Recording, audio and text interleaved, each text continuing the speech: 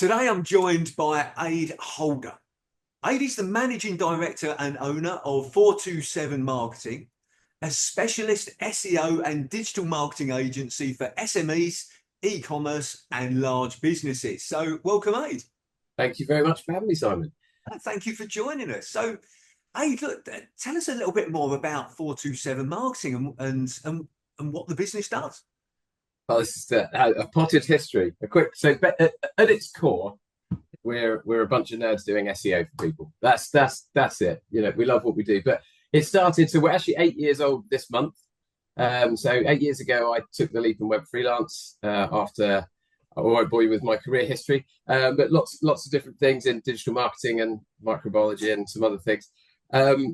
Started doing SEO about 12 years ago, so absolutely love it. It's just a thing that we really enjoy, and it just keeps growing, which has been lovely. You know, we drive really hard, but we just keep bringing in people, and it's really exciting. As I said, at its core, we're primarily SEO. So whilst we do touch on other areas, our core is working with people's websites to get them ranking further up in search engines.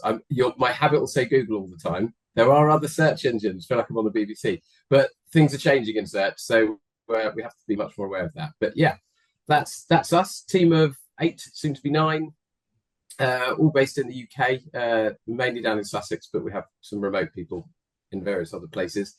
And client-wise, you know, we've stretched from startups right up to multi-country corporates. So it's a really big mix. No specific sectors. It's a bit of a wild ride, and different topics we have to deal with every day.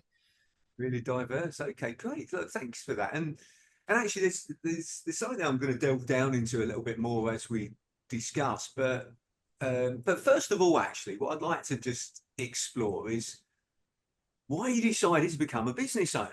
You know, you said there that you went through different careers, doing different things. What, in particular, what made you make that decision of, I'm going to be a business owner?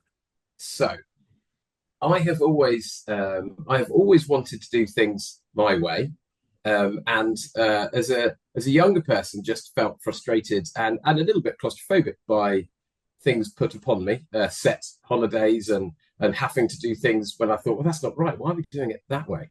And I'm very open about this, but in later years had some therapy, and what came out of that was that actually quite a lot of people that end up being business owners follow a lot of the traits that I had. It was a really interesting journey. So I've always felt like the molds didn't quite fit, and I've always dreamt of being able to be really proactive and really into it and just hyper focused and into it, doing my own thing. Turns out that's exactly what I wanted to do all along. So I tried a few failed little projects with mates. I spent quite a lot of time playing in a punk band, and I think that was I was trying to be a rock star, to try and break out of the norm. So it's been a journey that should have been happening multiple times, but took a while to get the bravery and experience, I think, to go for it. Look, thank you for that. And actually, I think that what you highlighted there is something that I've realised in my experience of being in business and being a business coach, is that you're absolutely right in terms of some of those traits and why people feel about sort of starting businesses, that they want to break out, they want to be themselves, they want to have that element of control. So and okay, look, the thing that you mentioned earlier that I'd just like to delve into, which is a bit more sort of specific to what you do, and we'll come back to your journey in a second. Yeah. Is that you mentioned there about SEOs with search engines, and you mentioned about Google in particular. But now we're moving into this world of AI. We are.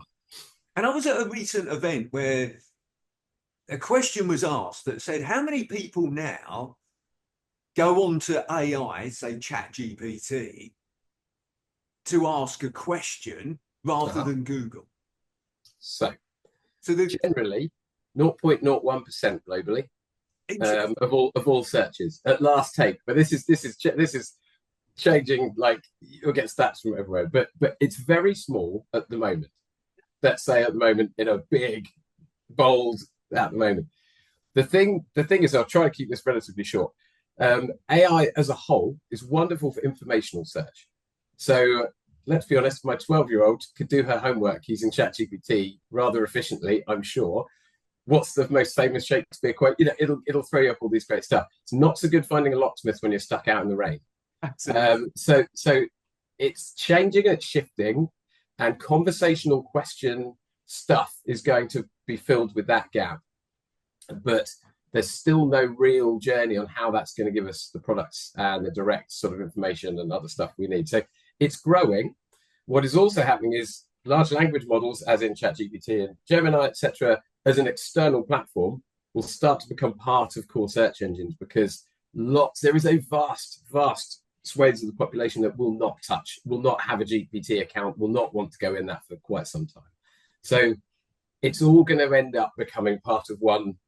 You probably won't notice what's AI and what isn't eventually, and it will be part of it. But it's not a huge amount. There are a few of us nerds that use ChatGPT a lot, and then I'm not sure that if we went down the road and asked people at the pub and the corner shop and whatnot, I'm not sure the numbers would be there yet.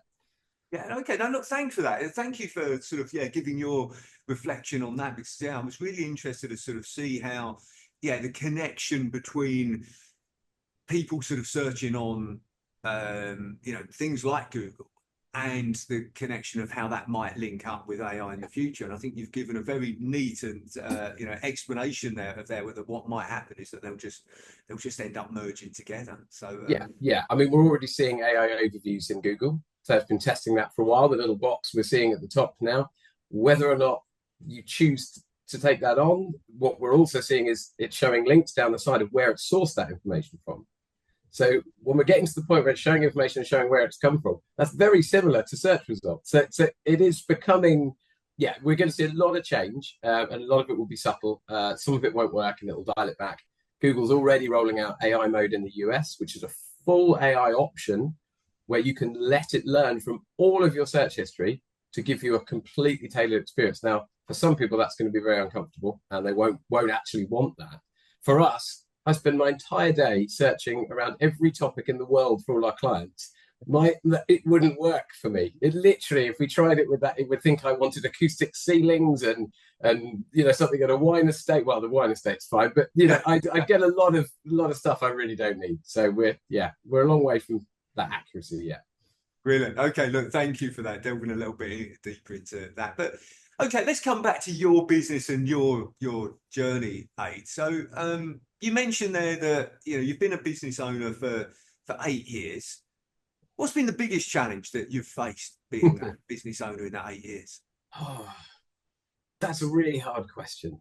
I think, do you know what? Overall, it's believing in yourself and trying to get it right. I know that's really top down, but it's the bit when you're awake in the early hours and saying, am I doing this right?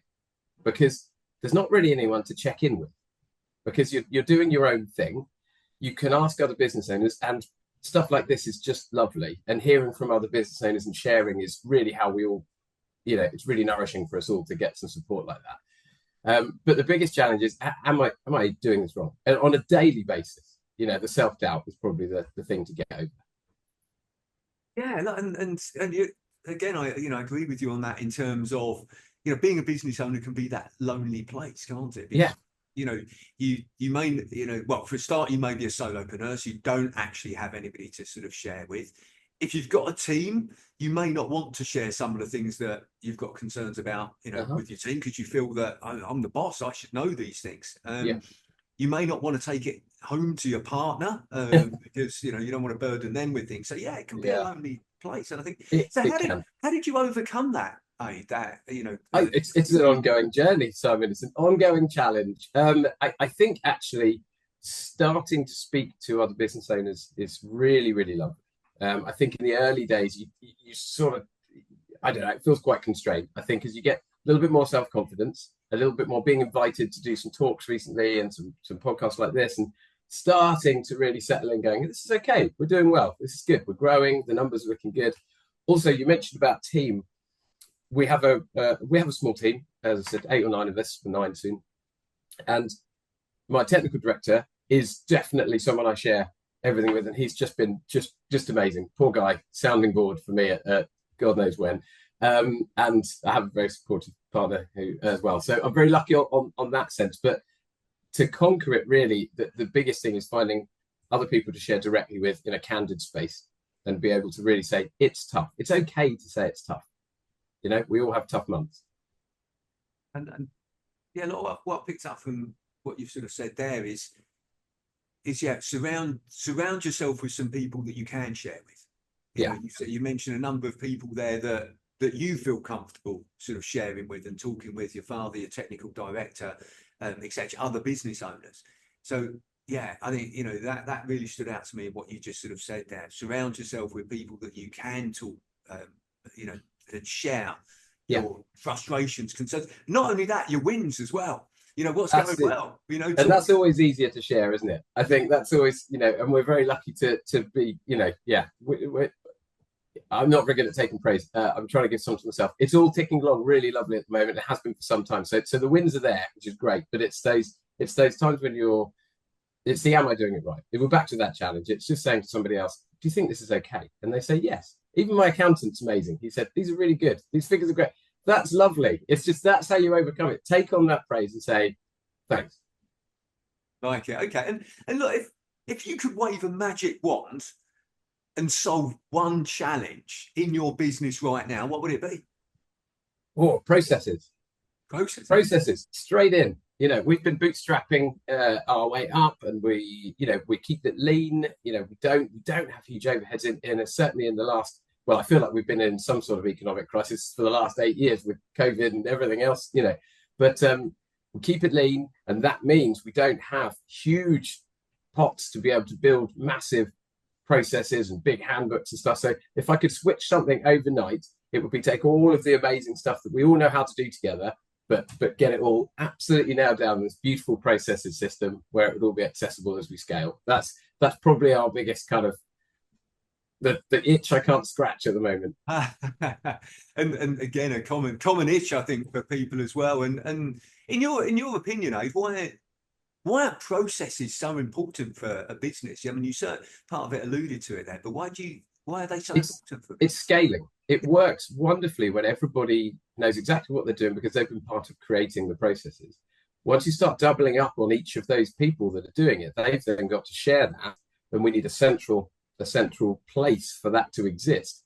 And I think, and quality control, you know, we have a lovely team and they all have their role to play. If we double that team, it's that sharing process. It's how do we maintain that level of quality and driving it forward. So it's fine, you could get by quite a while without a strict process system, but I think if we had another 10 people very quickly and we scaled very fast, we'd stumble and we'd probably fail to deliver, which would not be acceptable. Absolutely. And I think, you know, that's the key to me, is that in any business, it's the systems that run the business and the people run the systems. Yeah. And by the way, the owner or the managing director leads the people. Yeah. So it's that's how it works as a flow. You know, the managing director, the owner, leads the people follow the processes and run the systems, etc. And then you've got this sort of efficient business that, as you say, delivers quality to your customers. And it goes round in a circle, because then the customers are satisfied, they keep coming back, and they make the business profitable, which is then great for the business owner. So it's a circular thing. But great share. Thank you, Aidan. And what's the biggest learning that you've had since you've been in business in those 8 years? Oh, that's interesting.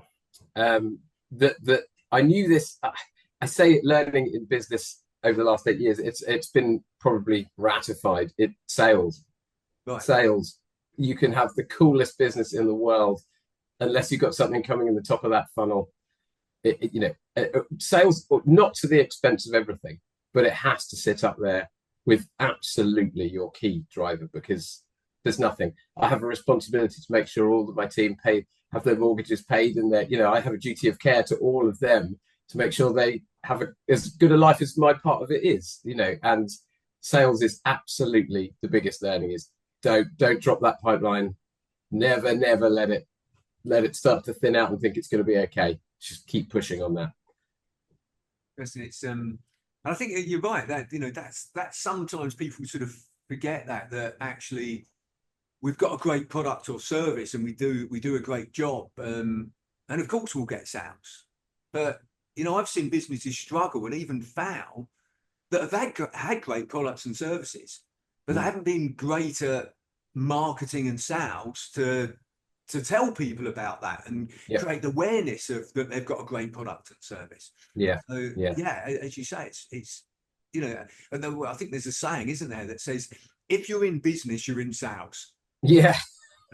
Very true. Whatever business you're in, you're in sales. Always, constantly. And I also liked what you sort of said there as well, Ade, in that, again, in my view, we always have to do sales and marketing, even if we've got loads and loads of business. We might dial it down slightly because we've got, we're getting too much business. But I look at this like a train. If you turn it off, like if you stop a train, it's really difficult to build the momentum back up again. So, and what I found with sort of businesses is that if they turn the marketing or sales off, then in 3, 6, 12 months time, whatever it might be, they may not have the marketing and sales that they need. And then it becomes urgent. Right, quickly, we need to do some sales and marketing to get some business in. Whereas if you keep it ticking along, even if you're not massively out there because you've got loads of business, it's just easier to turn the dial back up again and build them. Absolutely. And I think we've always scaled in line with sales. So keep driving the sales and let the business scale behind. So we very rarely turn down. The only time we would turn something down is if we felt that SEO wasn't suitable for them, and we're very candid about that. I think the money would be better spent elsewhere, and I certainly not in the market of taking people's money if we can't deliver.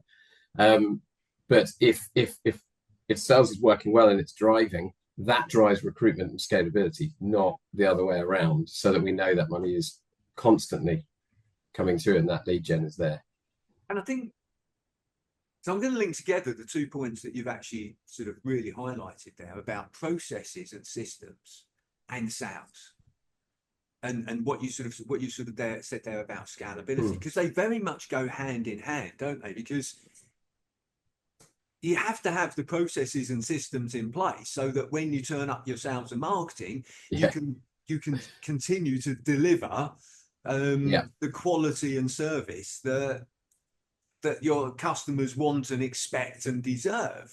Again, I've seen sort of people turn up the sales and marketing, get loads of business in, not have the systems and processes to deliver on that.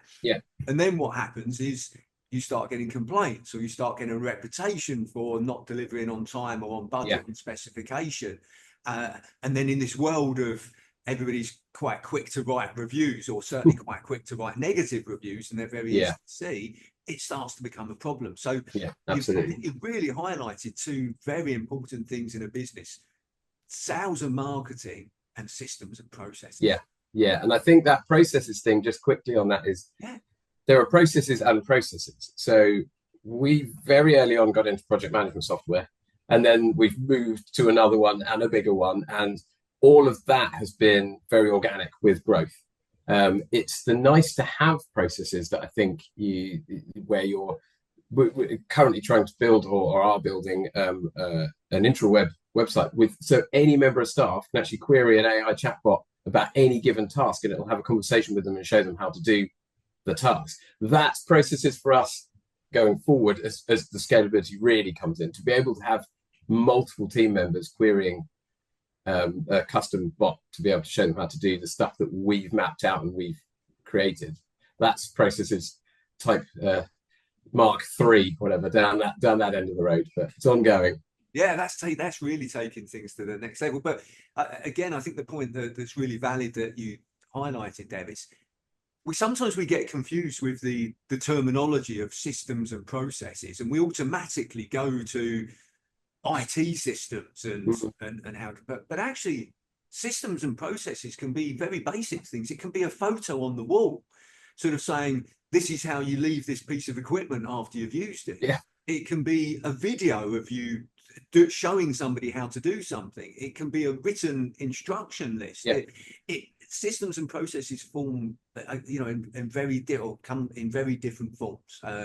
Yeah. So yeah, it's not just right. Okay, we have to have a project management system or a CRM system or something like that. It can be a absolutely straightforward thing. So great share. Thank you. And look, there's one question that I always like to ask everybody that's kind enough to join me on this discussion, and that's, what is the best advice that you would give to an 18-year-old you?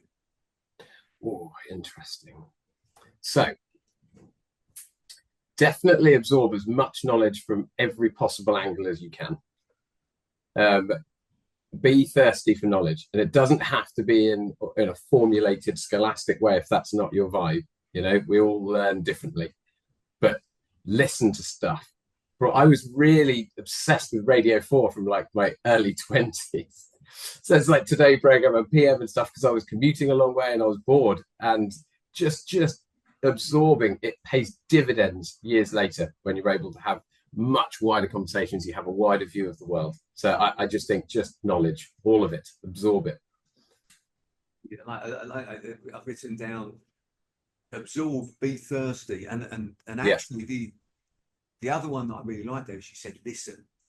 And I think that, you know, listening is about that, listening to understand rather than listening to respond.